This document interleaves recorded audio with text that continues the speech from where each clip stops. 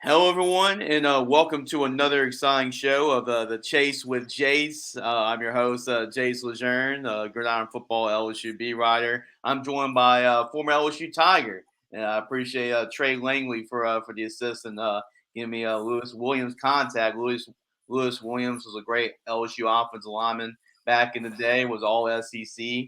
Was drafted by the Carolina Panthers, and is a great LSU Tiger. So, Lewis, thanks for joining me on the Chase with Jace today. Thanks for having me, man. It's excited to chat with you, maybe a little bit about LSU football and what's going on in my world. So fire away. Exactly. Let's do with that, Lewis. What you're doing nowadays, and what you're doing now if you're playing days. Yeah, I was blessed enough to play a handful of years in the National Football League, played a little bit in the Arena Football League, just holding on to a dream and a prayer after the NFL told me I was no longer welcome there and I was replaceable. But I did get a chance to play on a Super Bowl team in 2004. A lot of folks know a quarterback that was at New Orleans that went over and was our quarterback there for a number of years at Carolina that took us into the Super Bowl. My first year in the NFL, though, we were the worst team in NFL history, won one game. And I always tell folks this story. 3 years later, Jake Delhomme came in, sort of changed the camaraderie of the team, got some energy behind us. And within 3 years, we completely changed the face of the Carolina Panthers and had a chance to go to the Super Bowl. Now, the New England Patriots kicked a field goal to beat us in the fourth quarter. So I was a runner-up that year, but I do have a ring. But I went on and played a handful of years, maybe 6 or 7 professional seasons. And then I got my real estate license in 2005 here in New Orleans.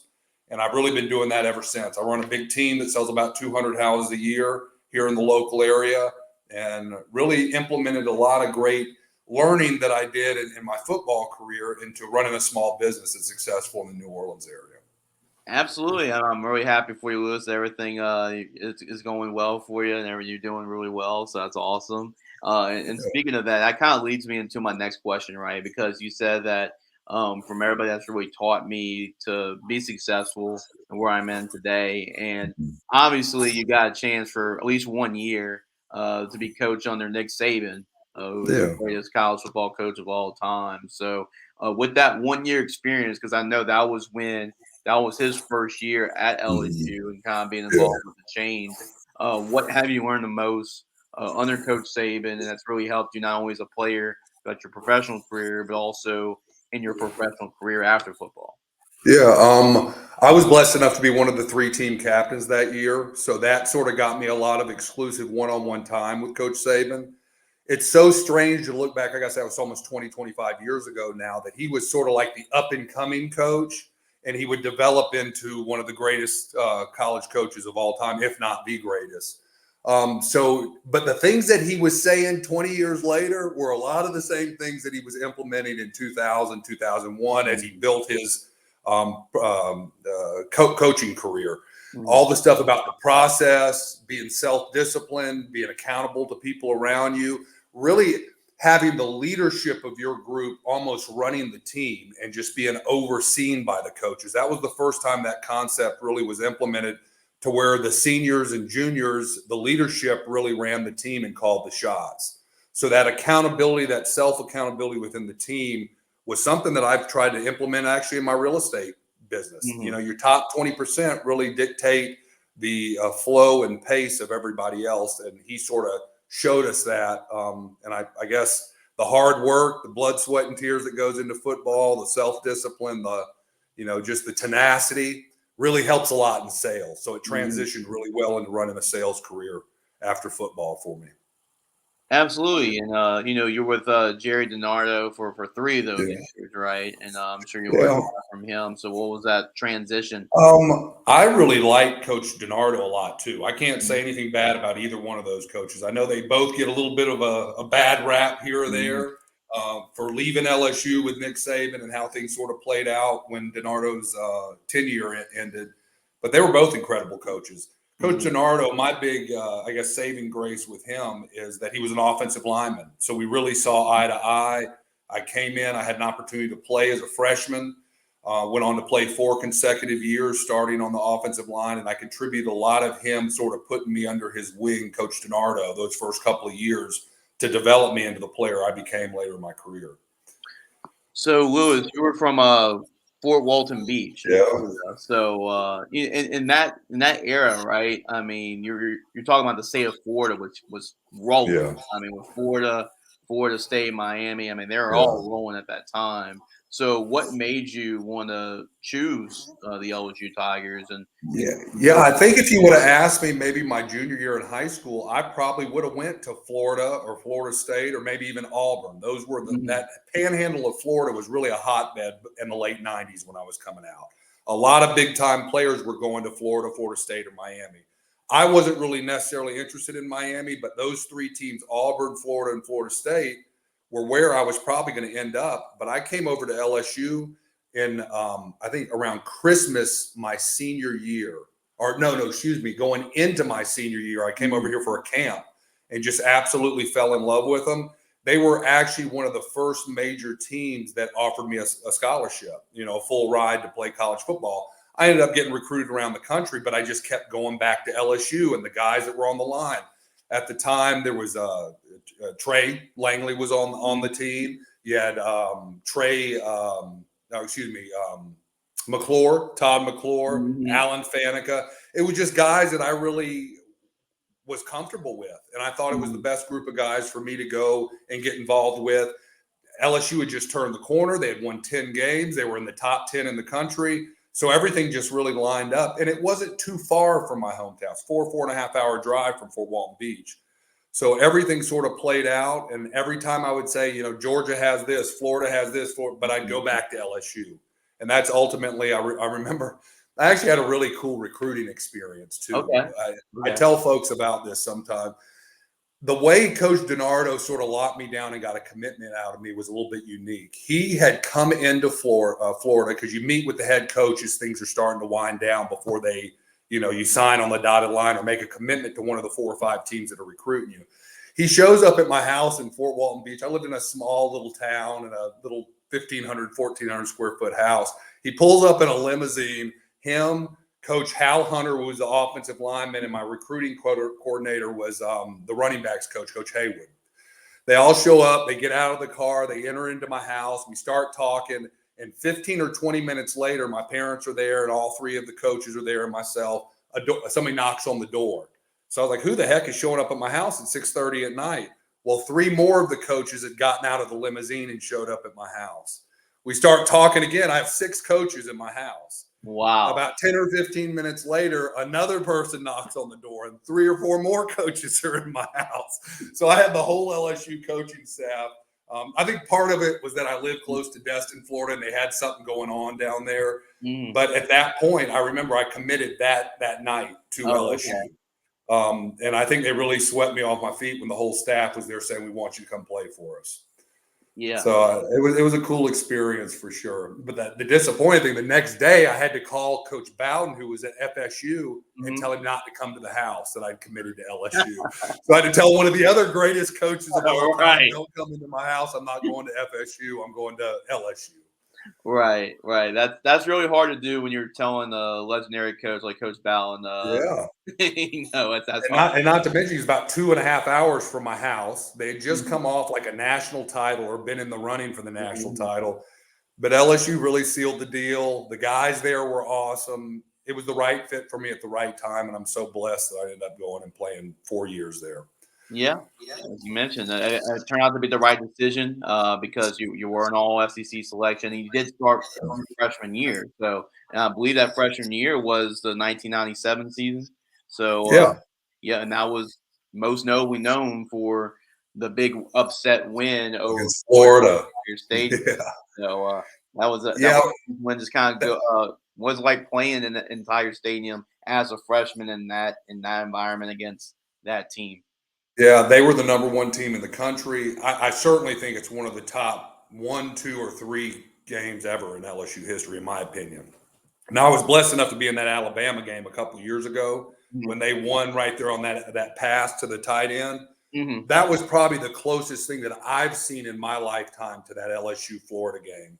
And it was just electric that night. We played great. We ran the ball. We jumped on them early. The fans were excited the whole time. And there was something, there was an energy in the crowd. There was an energy in that game that, we showed up to beat them and knock them off. And that's exactly what happened.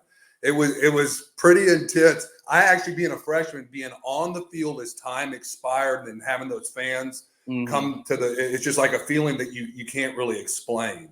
And the closest thing I've ever experienced to it, secondly, was the Alabama game. And I actually rushed the field for the Alabama game. All right. Just to feel the energy of what it was like to remind me of that 97 game. So it was a cool experience. I'm glad we won. And it was also a little bit fulfilling for me coming from Florida to knock off the number one team in the country at that point. Going to an out-of-state team, leaving the state of Florida, and sort of – because I'll tell you what, Florida towards the end tailed off their intensity on recruiting me. And Coach Spurrier was the head coach there at the time. And he basically told me if I wasn't ready to commit to them now, that he had 10 other Lewis Williams ready to commit to him. And that sort of rubbed me the wrong way a little bit. Right. So to knock them off my freshman year after they sort of put their chips on the table and told me to commit or not, and then knock them off was a lot of, a little bit of putting it back in their stab in their back a little bit, Right. Rubbing a little bit of salt in the wound. Yeah, in the wound. Right. I like that. So you're able to get your revenge there, and really a lot of people. I mean, talking to some former Tigers and that were around that era, right? They said a lot of them said even like the turnaround with LSU, what LSU became in the 2000s, and with national championship winning coaches like Saban and Miles and Orgeron, like that pretty much started like around that time, knowing that big win over Florida really, it was kind of like that point where y'all want like the magic to come back. I think that was like a saying, right? From that was a thing for DiNardo, bringing the magic back. Now he had the wheels fall off those 2 years before he was fired, but some of that had to do with some odd things with coaching, injuries, things like that. But the players have always been at LSU, even when they don't have winning records. Recruiting is not an issue. If you're from the state of Louisiana, you're an elite high school player, you're looking at LSU to go play if they'll allow you to or offer you a scholarship. And then you have all the out-of-state guys from Florida, Texas, Mississippi, Alabama that are also attracted to play to LSU. So talent's never been an issue. It's getting the right coaching staff and then getting that right synergy with the players to perform at their best and getting the most out of the players.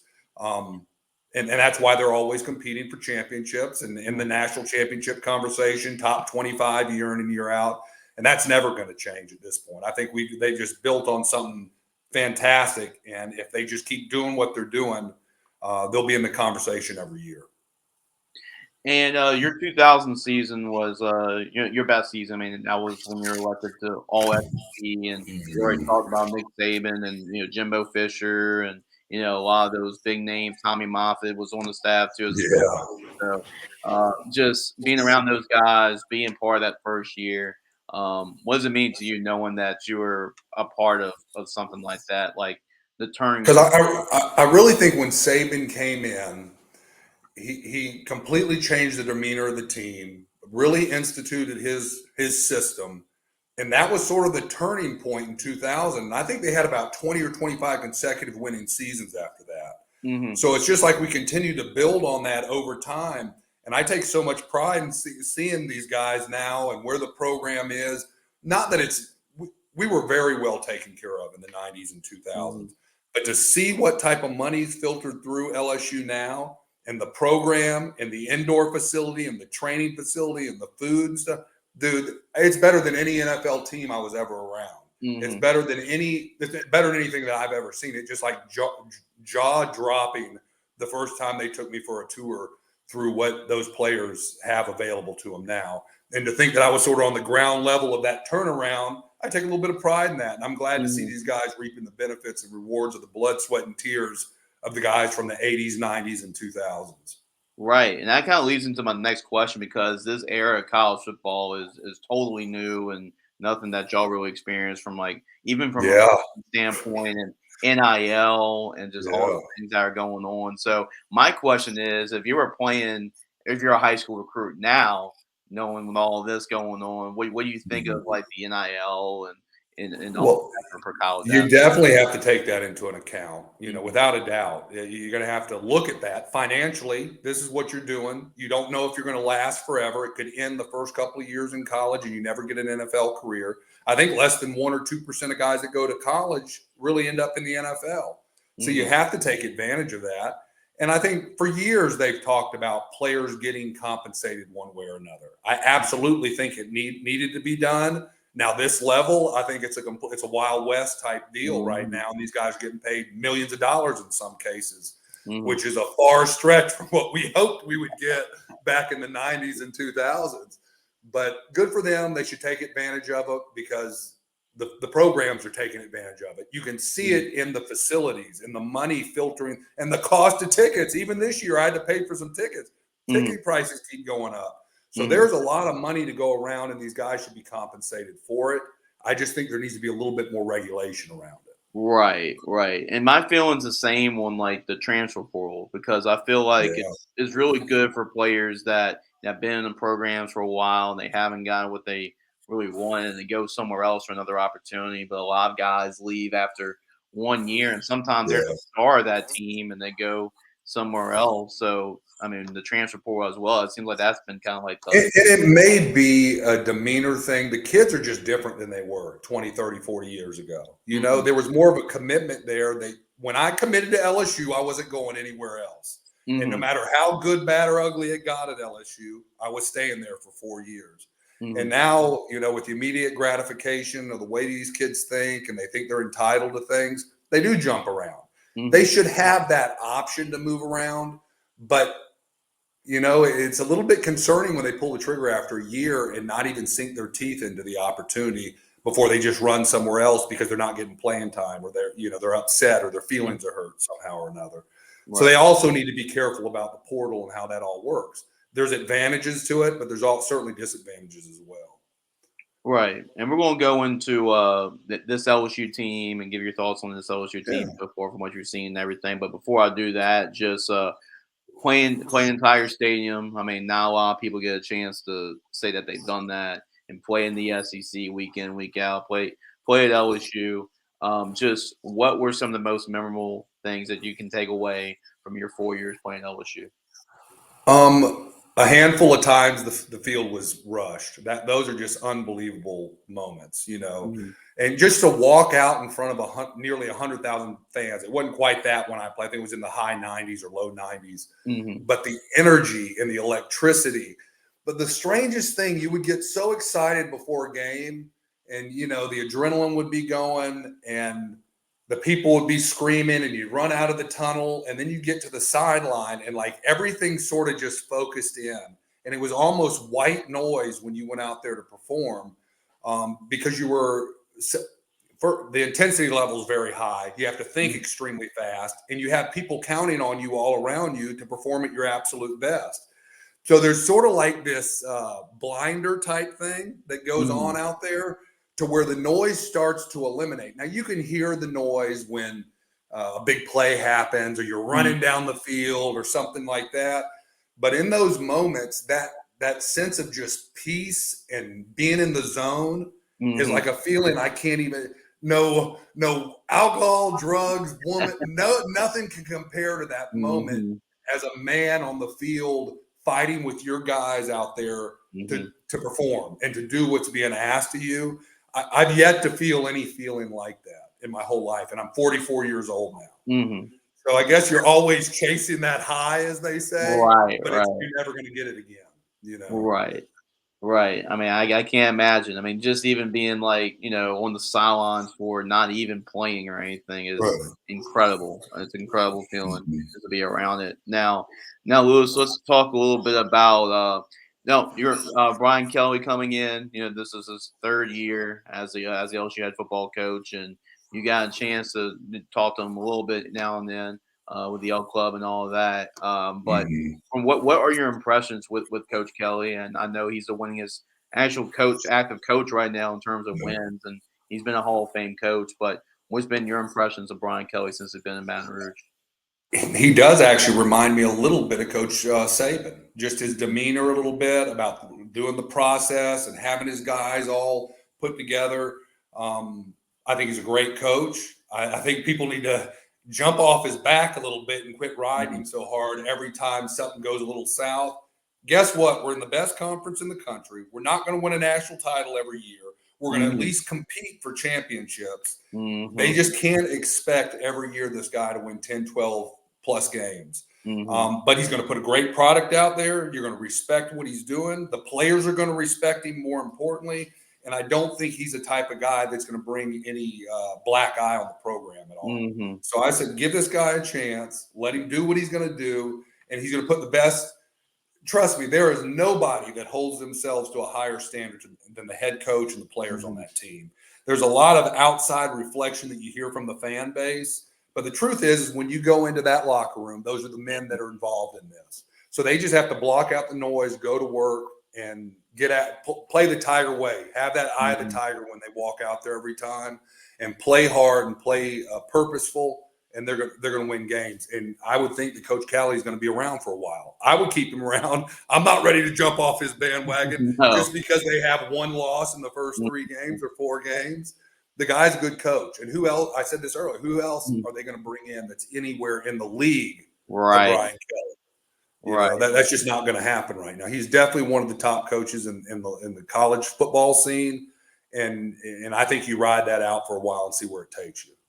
Right. And you're a part of teams that football teams and great teams and struggling teams and not so great teams. Great teams, but you are allowed to get better at the course of the season. It's not like that's what the team's going to look like. That same team's going to look like September 13th as in November 26th. So like you're allowed to get better over the course of the season too. Right. I mean, it happened a little bit last year. I'm sure it's going to happen this year. They're going to continue to improve and get better, but they have a good, solid unit or core on that team to build on, without a doubt.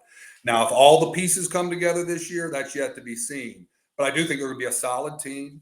They're going to put a good product out there every week, and they're going to be in the game every step of the way. I don't see this team ever getting blown out by any means. It's going to be competitive on the field. There might not be as electric on offense this year as they were in previous years, but they have a pretty damn good quarterback. They have a great offensive line that can run the ball. They're going to be able to put points on the board week in and week out. And if the defense can do what they need to do, they're going to win games. Yeah, and a lot of discussion, and that's the big reason why I got you on the show for this week has been about the offensive line this year. They have 2 projected first-round picks, and Will Campbell at left tackle and Emory Jones at right tackle. They're a very experienced group. Some people said that some people are saying that they've underperformed this year. I think they've been excellent in pass protection. Like Aaron Nussmeier hasn't even been touched at all. Well, you look at the numbers he's putting up. That's an all direct reflection with him not being under duress and being able to pick teams apart and put stats on the board because he has the protection you're talking about. Right, exactly. And what do you think about the offensive line? I think they're improving in the running game week in, week out. But what's been your impressions from what you're able to see from that group, from what you've seen? LSU has a long tradition of great offensive linemen, line groups. And I think this is just another one in that same train of thought. This group is great. They're big. They're solid. They can move. They're not overweight. They're not undersized. They can run block a little bit, which is a little bit different than in this game today than it was 20 or 25 years ago. And they certainly can pass protect. Both those tackles are as good a tackles as I've seen in a while. Both of them were certainly first-round draft picks. And I think ultimately when you have a strong offensive line, everything lines up offensively for you to have success. So that's where it starts. And when I knew they had one of the top offensive line in the country, I was like, Nussmeier's going to have a good season. They're going to put points on the board, and they're going to be competitive every week.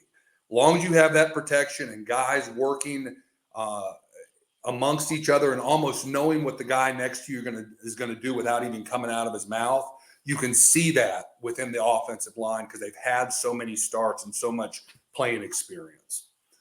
And speaking of the quarterback play, Lewis, it's been phenomenal at LSU the Mhm. last couple of years. I mean, we saw it on Monday Night Football just this past Monday night with Joe Burrow and Jaden Daniels, two Heisman Oh yeah. Trophy winners. You see what Garrett's doing now in the early start of the season. What do you have to say about the quarterback play and that LSU has been in that conversation for elite quarterback play now when it wasn't the case for a lot of years? Yeah, I just it's really unbelievable. I mean, they've had a run at the quarterback position. They've had good offensive game plans and schemes. Some great receivers now they've been able to Yeah. throw to the last couple of years. But the quarterback play has definitely elevated LSU success. Period. So those last handful of quarterbacks you talk about, and Jaden Daniels, dude, that dude may be as good as Burrow, Oh or yeah. or just on the same playing field. And to Hmm. see his progression, Burrow did that too. He was average and turned into great. Jaden Daniels was average or even below average and turned Hmm. into great. So Hmm. something LSU's going on over there as far as coaching and getting the right players that are engaged in the program is working for him. And then the quarterback now, he's been on Hmm. the bench playing behind this guy, and it looks like we haven't even slowed down with him. Hmm. So Yeah. it's been impressive to see some of these quarterbacks come through the program and immediately have success after, improving. They make Hmm. improvements over 6, 8, 12 games, and the next year they're like lights out. Hmm. So it's working, whatever they're doing. They need to keep doing it. Yeah, that's yeah, he's been definitely been throwing the football really well, and Garrett Nussmeier's having a great start to the season, and it's just crazy what the three quarterbacks, and that's something that Brian Kelly has definitely brought with their ability to score and put a lot of points up on the board. Even though that this isn't really like an offensive, well, I guess it's like technically a wide receiver and an offensive line into one, but the tight end position, but Mason Oh, and yeah, he's a stud too now. That tight end, he's as Mhm. good as there is out there. He has to be in the conversation as a top draft pick too, Oh first, yeah, second round. I yeah. mean, he definitely has to be up there. And if he keeps doing what he's doing from the start, since he's been on the scene, he's been one of the most dominant tight ends in the game, in my opinion. Yeah, Lewis. I know you're an offensive guy. I know you're an offensive Mhm. line guy, but I definitely want your thoughts on the defense this year because last year, I mean, you couldn't really get any words from last year, but this year it seems like that there's been some inconsistency there, but they're making big plays, they're forcing turnovers, and occasionally getting stops. So you can already see the progress on that side of the football from last year to this Yeah, and I expected progress from this year, from last year to this year. I mean, the guys were young last year, and they're starting to develop. They've had more playing. You can't, as a young player in college, the most important thing to develop yourself is real live bullets in a game. There's no ifs, ands, or buts about that. You can practice all you want. You can train in the off season and get big and strong and fast because LSU's going to put that's part of the deal. But as far as game experience, the more game experience, the longer time that defense is on the field over the next couple of games, they're going to improve naturally. And you've seen a little bit of a progressive step this year from the last year. They're going to need to continue to do better. But I think part of it is the defensive backs. In order for them to be great, the defensive line has to be great. year. The defensive line has to put pressure on the quarterback. Pressure on the quarterback makes the defensive backs look better. Hmm. So it's a combination of several moving pieces and developing those players to get a stronger, a more productive group out there, and they're starting to do that. They're bend don't break type situation. They get the turnovers when they need to. Maybe a little bit more consistency on the front end. There Hmm. can be continued improvement there, and then if they can get that defense playing in addition to the offense putting up 30 or 40 points a game, the sky's the limit for the LSU program. Absolutely, it's slowly coming together, and Brian Kelly revamped his staff and brought some former LSU guys in, like Bo Davis Mm-hmm. and then also Corey Raymond, also back on the defensive side. So he's definitely growing that program and everything with revamping the coaching staff, which is always big. Right. And I think including LSU's done a really good job, period, keeping former players and people that are involved in the LSU program involved in the LSU program. Hmm. LSU's always bridged the gap there and sort of offered that. They keep all the former players involved. They do private sessions to where we still have our stamp on the program somewhere. And I think they do it. I mean, it doesn't matter if you played in the 60s or 2020. You're allowed to come into that program and you still have a voice. And I think that's pretty special with a program so elite to still include former coaches, former players, and just, we do have some blood, sweat, and tears in that organization. And it's nice to know that we still are respected one, at some point to have some type of input on what's going on around there. Yeah. So right now LSU is they start off the season slow, and that's been the kind of the thing with Brian Kelly the last couple of years. Losing that opening game, they lost to USC, but they were able to pick up a couple wins on the way, and they got a big road win against South Carolina. Found a way to win that game and defeated UCLA, pulled away from UCLA in the second half, and now they got South Alabama this week and have a chance to rest up for the bye week, and then after that, Lewis, it's SEC play week in, Yeah. out after that. They go on. Yeah, I had a chance to go to the UCLA game last week. They looked like they made some improvement. It was nice to see them put away UCLA last week. They're going to have to do well and sort of get going this week against South Alabama, put some points up, iron out all the kinks, and then I'm going to be there for that Ole Miss game. I'm coming into town, so I'm really excited about that, and I think it's going to be a really good game, and it'll really give us a true gauge of where LSU is at and what the rest of the season might shape up for the team. Oh, it's going to be a huge game. I mean, LSU is always going to be very tough to play at, but especially at night. LSU will also be the rested team. They have a bye week, and let's see if that energy comes back of using that bye, and then also Ole Miss will be playing 6, 7 straight games in a row. So, yeah, your thoughts on the bye week and just coming back from a bye week? Do you enjoy bye weeks? It kind of depends on the time of year, or yeah, I think bye weeks are good. It depends on the time of year. I mean, yeah. you probably like to see it a little later in the season to where you're running on E and you need that week off to recoup. I think if you can keep them on purpose, on mission, and not really lose a step, because sometimes if you take it too easy that week, you get out of the rhythm of winning and building something impressive.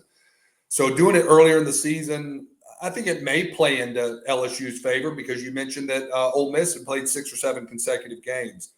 It's about that midway through the season that it feels like it's a grind and you're just going out there doing it that you typically need it. So I probably would have liked to see it later in the season, but you got to take it when you can. They can make sure they do some extra film study, some extra game plan, preparation work, and be ready to roll when Ole Miss rolls in that evening on Saturday night. Well, Lewis, I can tell you one thing, and I know that everybody is excited that the game is at night and not at 2:30 in the middle of the day, in 100-degree heat in September in South. So that was the hard. Even the UCLA game, I hate day games. LSU players hate day games. Don't even schedule day games. After you talked about the Florida game my freshman year, do you remember what happened the next week? We played a day game against Ole Miss, and they wore us out. Yeah, right. So we are not a great day game. We are a night game. You let the fans party, you let us rest up, and then we're ready to roll by 6 p.m. that night, 7 p.m. that night. I agree. So that would be my 2 cents. If I could have any input on scheduling games, they'd be after the sun goes down. Absolutely. There's a reason why they don't play them that much during the day. That is for sure. Lewis, just any final thoughts? I appreciate you joining me on the show. And where do you think this LSU team's going up being at the end of the season? I would love to see them get in the playoffs. I don't know if it's necessarily an uphill battle, but there's a lot of competition in the SEC this year. It could go a lot of different directions. But I think LSU has the talent. They continue to get better every week. And people jump off Coach Kelly's back a little bit, let him do his job. I agree. And we'll be all right. And at the end of the year, we'll probably look up and have 9, 10, 11 wins, hopefully, and be competing for an SEC championship and be competing for a national championship. That's what LSU does. So that's what the expectation is. And I hope that at the end of the year, they can say they put the work in and they got the result they were looking for. That's what I'm rooting for as an LSU fan. Yeah. We'll see. We'll see how this LSU team does. And one thing that is for certain, the last couple of years under Kelly, the LSU team has gotten better over the course of the year. And Kelly's first 2 years, and now in year three. Lewis, I appreciate you joining the Chase with Jace, bringing your insight as a former LSU player, and join me on the show today. Cool, man. I love it. Anytime. Absolutely. Former LSU All SEC offensive lineman Lewis Williams joined the Chase with Jace. And yeah, make sure to check out all of our content. You can find us at gridironfootballusa.com. We'll have a preview on the LSU South Alabama game. And then we'll also have game recaps and game analysis for you as well on our website. We got a lot of regular high school coverage, college coverage on the website. So make sure to check it out on gridironfootballusa.com. And we'll see you all next week on another great edition of the Chase with Jace. There you go.